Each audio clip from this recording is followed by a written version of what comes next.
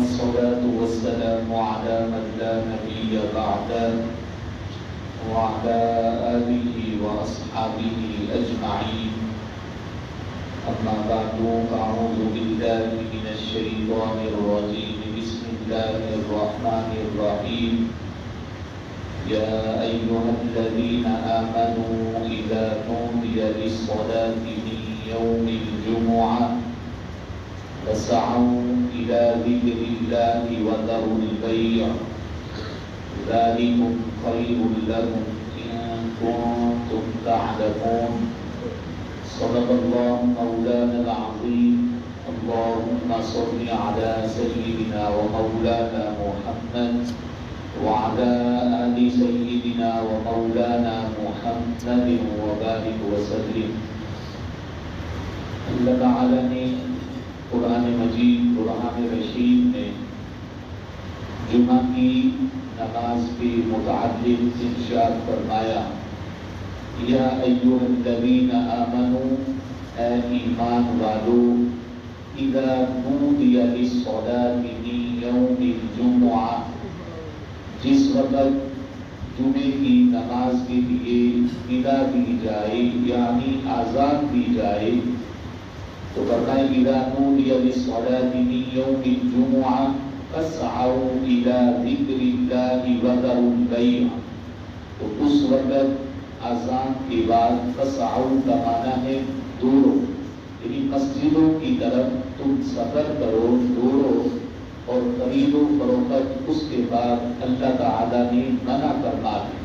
فرمایا ذالکم خیر لکم، اگر تم اس طرح کرتے ہو تو اس میں تمہارا ہی فائدہ ہے، تمہارے لیے یہ بہتر ہے. ان کنتم تعلمون، اگر تم جانتے ہو اس چیز کو تو پھر اسی طرح کرو، اس میں تمہارا فائدہ ہے. سرکار دو عالم صلی اللہ علیہ وسلم سے حضرت اوس بن اوس رضی اللہ تعالی عنہ آپ فرماتے ہیں کہ حضور نے فرمایا ان من افضل ایامکم یوم الجمعہ، کہ اللہ تعالیٰ نے 7 دن بنائے ہیں اور ان دنوں میں بھی اللہ تعالیٰ نے بعض کو بعض پر فضیلت عطا فرمائی. جس طرح کہ اللہ نے انبیاء کے بارے میں جو 20 پارہ جہاں سے شروع ہوتا ہے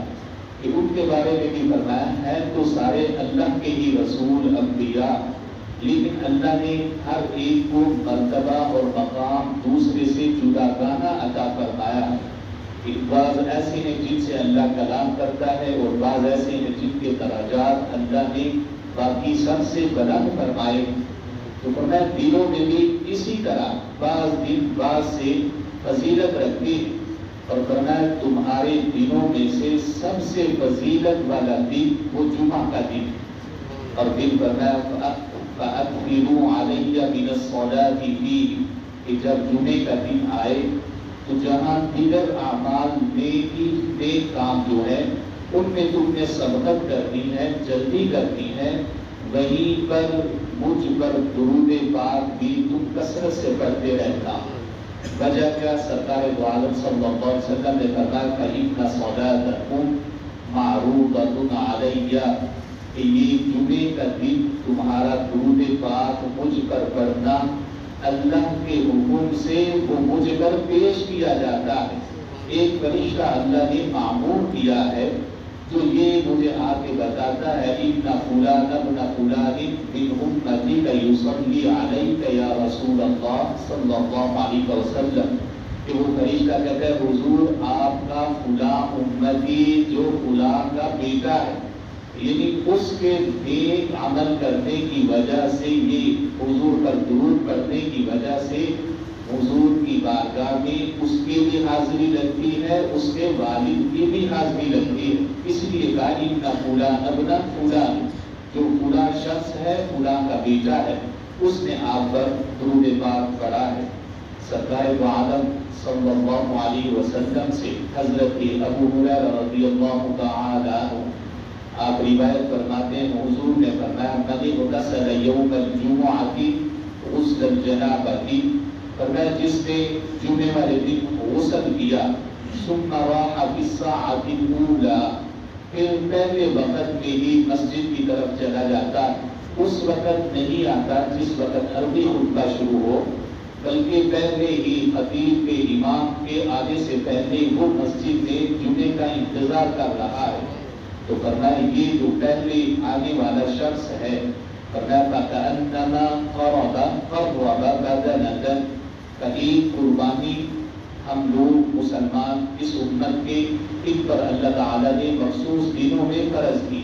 وہ بڑی عید کے دنوں میں، اور اللہ تعالیٰ کی منشا ہے، مرضی ہے اس قربانی کو قبول کرے یا نہ کرے۔ لیکن سرکار نے فرمایا جو شخص سب سے پہلے مسجد میں آتا ہے، اللہ تعالیٰ اسے اللہ کی راہ میں اونٹ قربان کرنے کا ثواب عطا فرماتا ہے، اور یہ ایسا ثواب ہے جس کا سرکار فرما رہی، اور وہ صادق المصدوق ہیں، سب سے بڑے سچے ہیں۔ یعنی اس قربانی کا تو بندے کو یقین نہیں ہے قبول ہوئی یا نہیں، لیکن جو پہلے آ رہا ہے مسجد میں جمعے والے دن، اسے اونٹ کی قربانی کا یقیناً اللہ تعالیٰ ثواب عطا فرما رہا ہے۔ اور فرمایا وَمَنْ رَاحَ فِي سَاعَةِ الثَّانِيَةِ، جو پھر اس کے بعد مسجد میں داخل ہوتا ہے دوسرے مرحلے میں، جو شخص آتا ہے فَكَأَنَّمَا قَرَّبَ بَقَرَةً، تو اسے اتنا ثواب ملتا ہے گویا کہ اس نے اللہ کی راہ میں ایک گائے کو ذبح کیا۔ اور پھر فرمایا فَكَأَنَّمَا وَمَنْ رَاحَ فِي سَاعَةِ الثَّالِثَةِ، حضور نے ہر مرحلے کا بتایا۔ فرمایا جو پھر تیسری گھڑی مسجد میں داخل ہوتا ہے تو یہ اس طرح ہے قَرَّبَ كَبْشًا أَقْرَنَ، یہ اس طرح ہے جس نے اللہ کی راہ میں دمبے کو قربان کیا، اور وہ دمبا ایسا ہے جس کے دو سینگ ہیں، یعنی دو سینگوں والے دمبے کو اس نے اللہ کی راہ میں قربان کیا ہے اور اسے ثواب عطا ہوا ہے۔ تو فرمایا جب امام خطبہ دینے کے لیے، عربی خطبہ دینے کے لیے جب وہ نکلتا ہے مسجد کی طرف آتا ہے اور ممبر پر بیٹھتا ہے، فَإِذَا خَرَجَ الْإِمَامُ حَضَرَتِ الْمَلَائِكَةُ يَسْتَمِعُونَ الذِّكْرَ، تو اس وقت پھر اللہ کے ملائکہ وہ بھی تشریف لے آتے۔ پہلے تو صرف انسان ہے، اب جب وہ آگے، اور بعض محدثین نے مفسرین نے اس کے تحت لکھا، اس کی شرح میں، اس سے مراد وہ خطبہ ہے جو ہماری زبان میں دیا جاتا ہے، اردو میں دیا جاتا ہے، جسے ہم تقریر کہتے ہیں۔ تو اس کے بعد انہوں نے لکھا پھر خطبہ کو، مقررین کو چاہیے کہ وہ اچھی تیاری کریں، اچھی گفتگو کریں، مضبوط رسول اللہ کے فرمان بیان کریں، اس لیے کہ صرف انسان نہیں سن رہے، اللہ کے فرشتے بھی آ کے اس جمعہ میں حاضر ہیں، وہ بھی اس گفتگو کو سن رہے ہیں۔ تو لہٰذا انہیں چاہیے پھر پائیدار گفتگو کرے، جو فرامین حضور کے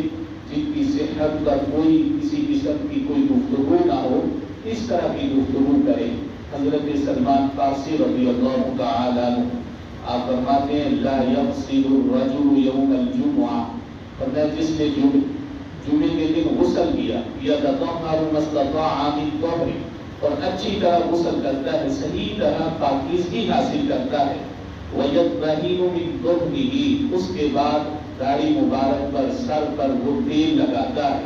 أَوْ يَمُسَّ مِنْ طِيبِ بَيْتِهِ، ان کے پاس اگر خوشبو ہے تو وہ لگائے، اگر نہیں تو فرمایا مِنْ بَيْتِهِ، اپنے گھر والوں سے، گھر سے خوشبو لے لے اور اسے لگا کر ثُمَّ يَخْرُجُ، پھر وہ جمعے کی نماز کو ادا کرنے کے لیے جب وہ گھر سے نکلتا ہے، فَلَا يُفَرِّقُ بَيْنَ اثْنَيْنِ، اور دو شخصوں کے درمیان میں فرق نہیں ڈالتا، یعنی دو بیٹھے ہیں ان کے درمیان میں آ کے تنگ جگہ کو نہیں کرتا، درمیان میں آ کے بیٹھتا نہیں ہے، پیچھے جہاں جگہ ملتی ہے وہیں پر بیٹھ جاتا ہے۔ تو سرکار دو عالم صلی اللہ علیہ وسلم نے فرمایا إِلَّا غُفِرَ لَهُ مَا بَيْنَهُ وَبَيْنَ الْجُمُعَةِ الْأُخْرَى، تو اللہ تعالیٰ اس عمل کی وجہ سے اس کے گزشتہ جمعے سے لے کر اس جمعے تک جتنے بھی اس سے گناہ سرزد ہوتے ہیں، اللہ تعالیٰ ان گناہوں کو معاف فرما دیتا ہے۔ یعنی یہ الجمعۃ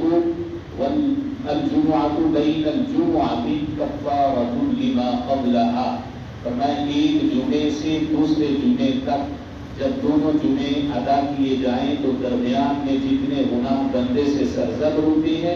اللہ تعالیٰ اس جمعے کی ادائیگی کی وجہ سے ان کے گناہوں کو معاف فرما دیتا ہے۔ اللہ تعالی ہمیں اپنے دین کی سمجھ عطا فرمائے اور اعمال صالحہ کی توفیق عطا فرمائے. وآخر دعوانا ان الحمد للہ رب العالمین.